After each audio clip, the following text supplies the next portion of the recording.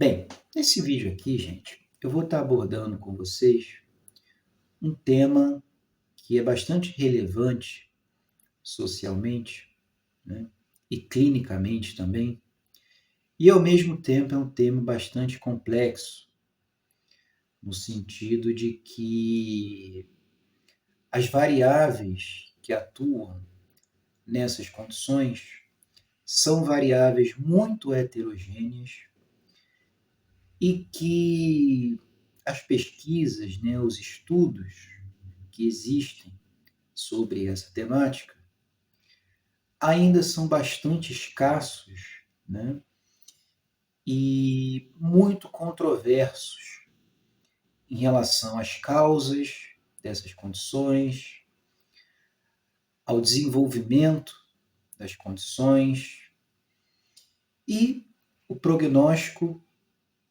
diagnóstico e tratamento dessas condições. Tá? Então, hoje a gente vai estar abordando aqui a respeito de deficiência intelectual e, associado a isso, o tema das deficiências múltiplas, que esse sim é ainda mais complexo de se abordar e vocês vão entender por quê ao longo do vídeo. Né? Nós temos muito pouca literatura, principalmente a respeito de deficiências múltiplas. Tá? Então, eu pesquisei aqui sobre o tema nas bases científicas, né, nos estudos científicos, e vou estar trazendo para vocês aqui algumas informações, né, alguns aspectos diagnósticos e, ao final do vídeo, eu vou abordar um pouquinho também sobre as terapêuticas, né, os tratamentos que nós temos aí disponíveis para essas condições. Tudo bem? De modo geral, são condições que são abordadas de maneira conjunta. Né? Então, a gente costuma utilizar o termo deficiência intelectual e múltipla. Tudo bem?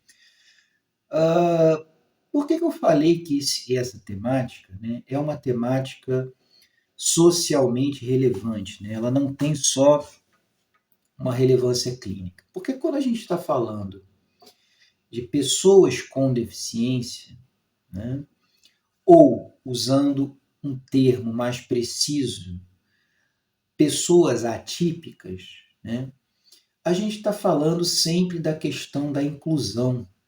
Né? Inclusão social, inclusão educacional, inclusão cultural e assim por diante. Né? Então, nós temos sempre que ter esse olhar, né, da inclusão dessas pessoas com deficiência ou pessoas atípicas nos contextos sociais que nós vivenciamos. Tá ok? Então eu vou começar definindo para vocês aqui, né, trazendo assim duas definições básicas sobre o que é a deficiência intelectual. Vamos começar pela deficiência intelectual. Tá? Eu vou trazer uma definição aqui, essa primeira definição do DSM-5, e depois eu vou trazer a definição da Associação Americana de Deficiência Intelectual e do Desenvolvimento. Tá? Como é que o DSM-5 ele vai definir a deficiência intelectual? O DSM-5 ele vai colocar que a deficiência intelectual ou o transtorno do desenvolvimento intelectual é uma condição que surge no período do desenvolvimento, tudo bem? Ou seja, lá na primeira infância nós já conseguimos detectar os sinais do desenvolvimento, né? E que vão envolver, né, essa condição vai envolver déficits funcionais, tá, na esfera intelectual e adaptativa, que vão envolver habilidades sociais, práticas e conceituais. Tá? A gente vai ver que essa definição do DSM-5, né, é uma definição muito semelhante à definição da Associação Americana de Deficiência Intelectual do Desenvolvimento. Tá? Então, gente, eu vou passar com vocês aqui quais são os critérios básicos que é preciso o paciente preencher para que ele seja diagnosticado com deficiência intelectual. Tá? Então, olha só. No critério A do DSM, ele coloca o seguinte: déficits em funções intelectuais, como raciocínio, solução de problemas, planejamento, pensamento abstrato, juízo, aprendizagem acadêmica e aprendizagem pela experiência, confirmados tanto pela avaliação clínica quanto por testes de inteligência padronizados e individualizados. Olha que interessante. A gente vai comentar um pouco também a respeito da avaliação e do diagnóstico da DI, né, deficiência intelectual. Desde os seus primórdios, né, ali quando surgiu, né, a psicologia do desenvolvimento, e associado a isso os testes de inteligência, essa era a forma mais recorrente de se avaliar e de se diagnosticar a DI. Qual? Por meio de testes de QI, quociente intelectual. E vocês vão ver que quando a gente for falar aqui dos níveis de gravidade de TI, vocês vão ver que eles vão usar como critério, como parâmetro de avaliação do nível de gravidade, o score no QI, nos testes de inteligência. Tá? Então, esse é o primeiro critério, né? O critério A aqui, DSM. O critério B, ele vai dizer o seguinte: déficits em funções adaptativas que resultam em fracasso para atingir padrões de desenvolvimento e socioculturais em relação à independência pessoal e responsabilidade social. Sem apoio continuado, os déficits de adaptação limitam o funcionamento em uma ou mais atividades diárias, como comunicação, participação social e vida independente, em múltiplos ambientes, como em casa, na escola, no local de trabalho e na comunidade. Ou seja, são indivíduos que têm o seu funcionamento social e pessoal bastante limitado, né? Necessitando geralmente de apoio de terceiros, ou da família, ou de profissionais, ou de pessoas ali da comunidade. Tudo bem? Por quê? Porque existe um atraso no desenvolvimento intelectual e social e também no comportamento funcional desses indivíduos. Então, eles têm, digamos assim, eles necessitam, né, de algumas condições especiais para que eles consigam atingir certos níveis de desenvolvimento sociocognitivo. Por exemplo, na escola. Eles precisam ali de um mediador, que nem nos casos de TEA também, né? Para que eles consigam acompanhar o conteúdo que está sendo ensinado ali e não fiquem muito atrás dos alunos típicos. Tudo bem? E um terceiro e último critério aqui que o DSM coloca, que o início desses déficits intelectuais e adaptativos aparecem, como eu já falei, no início do período de desenvolvimento. Tá? A definição, gente, da Associação Americana de Deficiência Intelectual e do Desenvolvimento é uma definição extremamente semelhante a essa. Né?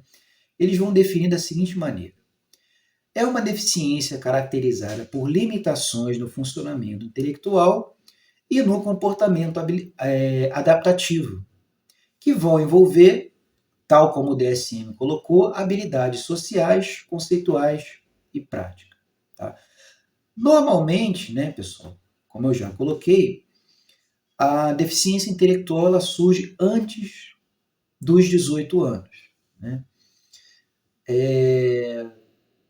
Bom, em relação à etiologia da deficiência intelectual, Essa é uma área extremamente controversa e difícil de ser abordada. Por quê? Porque em cerca de 40% dos casos, segundo os estudos, né, especialmente em relação à deficiência intelectual leve, não há, não há uma identificação dos fatores causais da deficiência intelectual. Tá? O que normalmente os estudos vão apontar é que algumas condições durante a gestação, né, ou seja, ali no período pré-natal, podem ocasionar uma deficiência intelectual. Por exemplo, algum tipo de lesão cerebral, infecções, toxinas e assim por diante. Tá? Porém, porém, essas condições elas podem ser superadas se a mãe fizer um cuidado pré-natal adequado. Tá? Então a gente vai observar que existem causas orgânicas, né? E que a literatura vai fazer uma certa diferenciação também entre causas orgânicas e genéticas. Orgânicas seriam aquelas causas que eu acabei de citar aqui, né? Que seriam as causas em que o indivíduo, que o feto, no caso, né? Ele, ele desenvolve, né, uma deficiência intelectual em função de algum evento relacionado à gestação. E as causas genéticas, por outro lado, seriam as causas congênitas, onde o indivíduo ele já nasce, mesmo com a mãe tendo os cuidados pré-natais adequados, ele já nasce com certas deficiências no sistema nervoso central. Tudo bem? Bom, olha só que interessante. Tem um estudo aqui, como eu falei, que ele vai colocar o seguinte, que nenhuma etiologia específica pode ser encontrada em até 40% dos casos. Então, olha só como é que é um tema que ainda precisa de muitos estudos. Né? Bom, em relação às influências ambientais que podem ocasionar deficiência intelectual, os estudos vão colocar aqui uma série de eventos. Por exemplo, desnutrição, experiências de privação emocional e social intensa, como, por exemplo, em abrigos ou orfanatos mal administrados. E a gente tem que ter esse olhar, né, pessoal? Então, que a etiologia, né, os fatores causais da deficiência intelectual, eles são, então, subdivididos entre fatores orgânicos, genéticos e socioculturais, que são os fatores ambientais. Tá? De modo que as manifestações da deficiência intelectual, então, elas principalmente vão refletir num atraso de desenvolvimento na função intelectual e déficits no funcionamento adaptativo social. Tá? Vou passar brevemente aqui, então, pessoal, para os níveis de gravidade que a gente tem aí na deficiência intelectual, que são 4. Tá? A gente tem o nível profundo, que é o mais grave, deficiência intelectual profunda, é o nível mais grave de comprometimento, onde o QI geralmente é inferior a 20. Né? Então a gente tem uma deficiência intelectual profunda, que estatisticamente corresponde aí a 1%, 2% dos casos. Tá? Esses indivíduos não podem cuidar de si mesmos e não possuem linguagem. Sua capacidade de expressar emoções é limitada e pouco compreendida. Tá?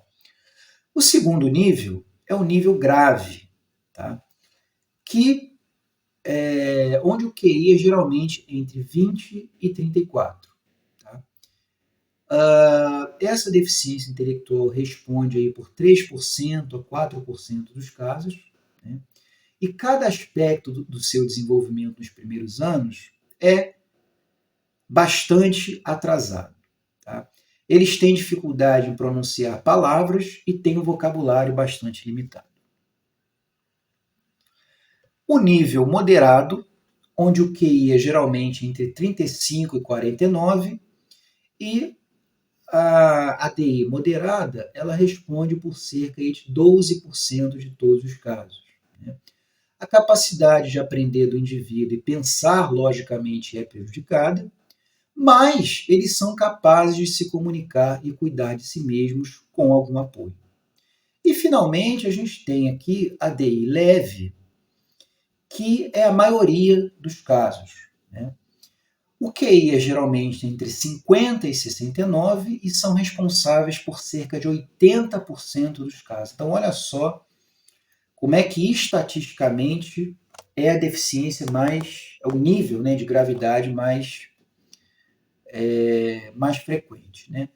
O desenvolvimento durante o início da vida é mais lento do que em crianças normais e os marcos de desenvolvimento estão atrasados.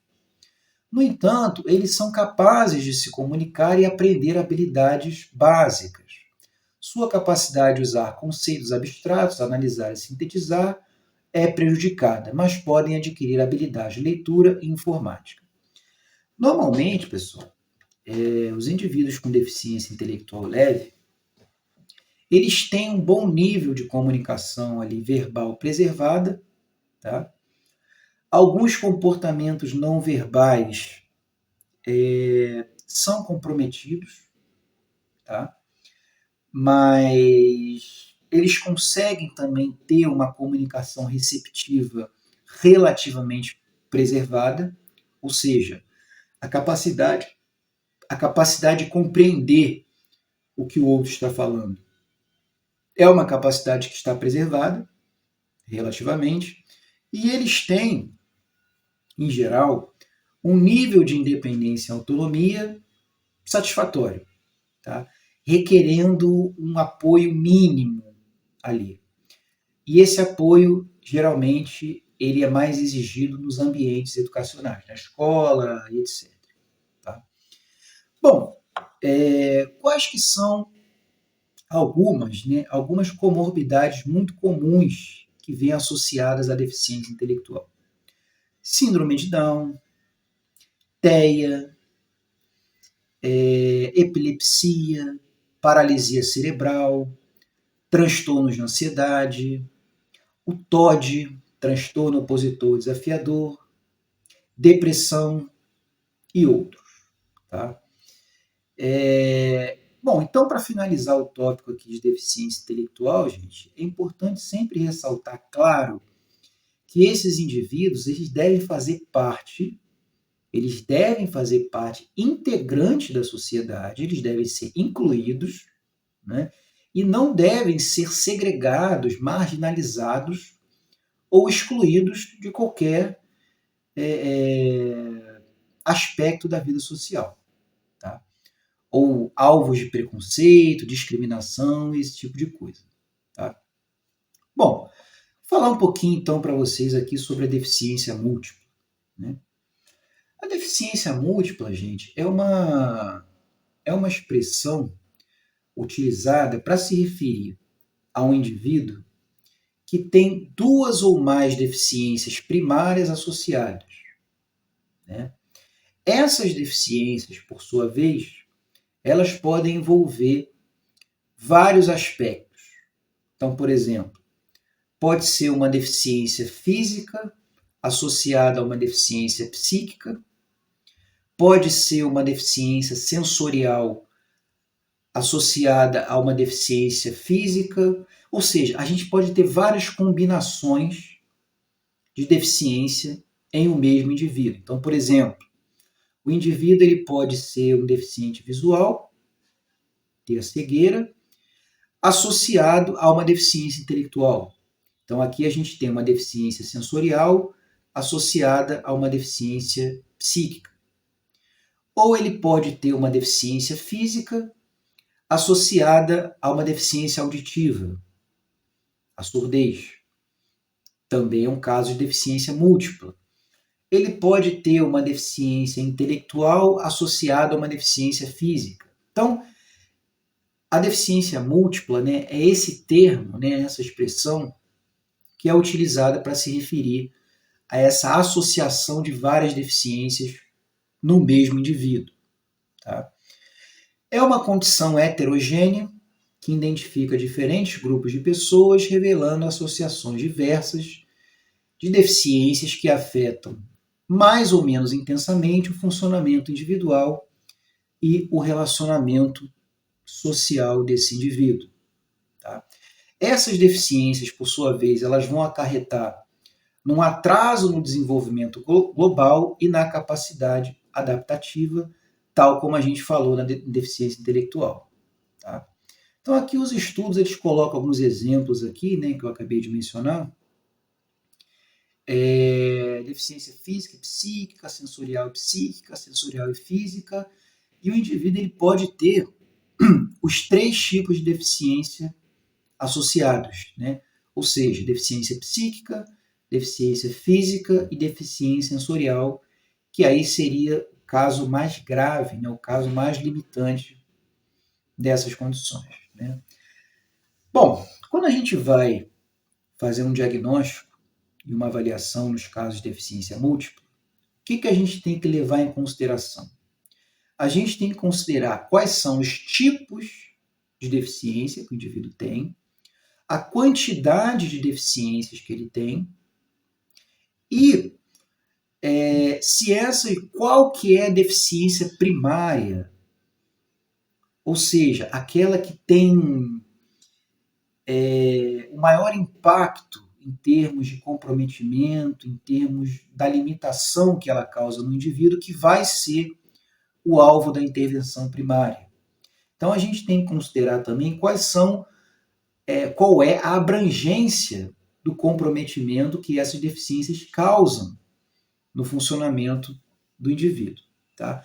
Além disso, a gente tem que também avaliar a idade de aquisição de cada deficiência. Tá? Então, os estudos vão dizer aqui, né, que são pessoas com acentuadas limitações no funcionamento cognitivo, associadas a limitações em outros domínios, principalmente no domínio motor e sensorial, visão e audição, as quais põem em risco o acesso ao desenvolvimento e à aprendizagem e leva a requerer apoio permanente. Tá? Segundo a OMS, 1% da população mundial possui deficiência múltipla. Tá? Bom, e quais que são as terapêuticas? Né? Vou falar brevemente aqui das terapêuticas. Normalmente, pessoal, tanto a deficiência intelectual quanto a deficiência múltipla, elas são diagnosticadas no âmbito médico. Tá? Normalmente pelo neuro, né? Ou pelo neuropediatra, no caso de crianças e adolescentes. Tá? Às vezes a gente pode ter um diagnóstico clínico de um psiquiatra, né? Às vezes até de um psicólogo que trabalhe com essa demanda, mas normalmente o diagnóstico ele é feito por uma via médica. Tudo bem? De modo que, em termos de tratamento, o tratamento, ele obviamente precisa ser um tratamento multidisciplinar, que vão envolver várias terapêuticas e vários profissionais, no contexto de uma equipe multidisciplinar. Então, vai, assim como nos casos de TEA também, né, que também é um transtorno do neurodesenvolvimento. Então, neuro, fono, terapia ocupacional, musicoterapia, psicólogo, enfim. Que mais? Acho que basicamente é isso, né, em termos de tratamento. A intervenção terapêutica, psicológica, principalmente de base comportamental, ela é fundamental. Fundamental porque a gente precisa trabalhar com esses sujeitos, tanto no sentido de desenvolvimento de habilidades conceituais e práticas, como as definições colocaram, como também em termos de habilidades sociais. E é muito produtivo, pessoal, que a gente trabalhe com grupos nesses indivíduos. Tá? Na minha experiência na APAE, por exemplo, né, para quem não sabe, eu trabalho numa APAE, atendendo essa população atípica, tanto com deficiência intelectual e múltipla, quanto com TEA, TOD, TDAH e assim por diante. A gente está para iniciar um projeto lá, né, de musicoterapia em grupo para esses indivíduos. A musicoterapia é uma intervenção que já é baseada em evidências, ela já é comprovada para essa população atípica, tá? E é muito interessante, né, que a gente trabalhe também não só por uma via médica ou via psicológica, mas também por uma via musical, que notadamente esses indivíduos eles têm, em geral, né, uma preferência, né, um interesse bem especial por música, né? E a gente, se utilizando de intervenções musicais, a gente pode fazer uma mediação, um trabalho ali bastante interessante. Tá? E eu posso, quando a gente iniciar esse trabalho em grupo lá, trazer a minha leitura, né, a minha experiência nesse trabalho em grupo lá na PAI. Bom, então é isso, gente. Espero que esse vídeo tenha sido útil aí para vocês. Trouxe aí só um panorama geral, né, uma visão geral a respeito dessas condições. Se você gostou desse vídeo aqui, não esquece de deixar um like. Se você não for inscrito, obviamente se inscreva aqui no nosso canal. Como eu sempre falo aqui no final dos vídeos, né, se você quiser fazer um acompanhamento psicológico ou em musicoterapia comigo, é só você entrar em contato por esses contatos que eu deixo aqui na descrição. Se você quiser fazer o nosso curso também, que é o Transtorno de Ansiedade Social, Aspectos Diagnósticos e Diretrizes de Tratamento, o link também está aqui na descrição. E é isso, gente. Um abraço e até o próximo vídeo.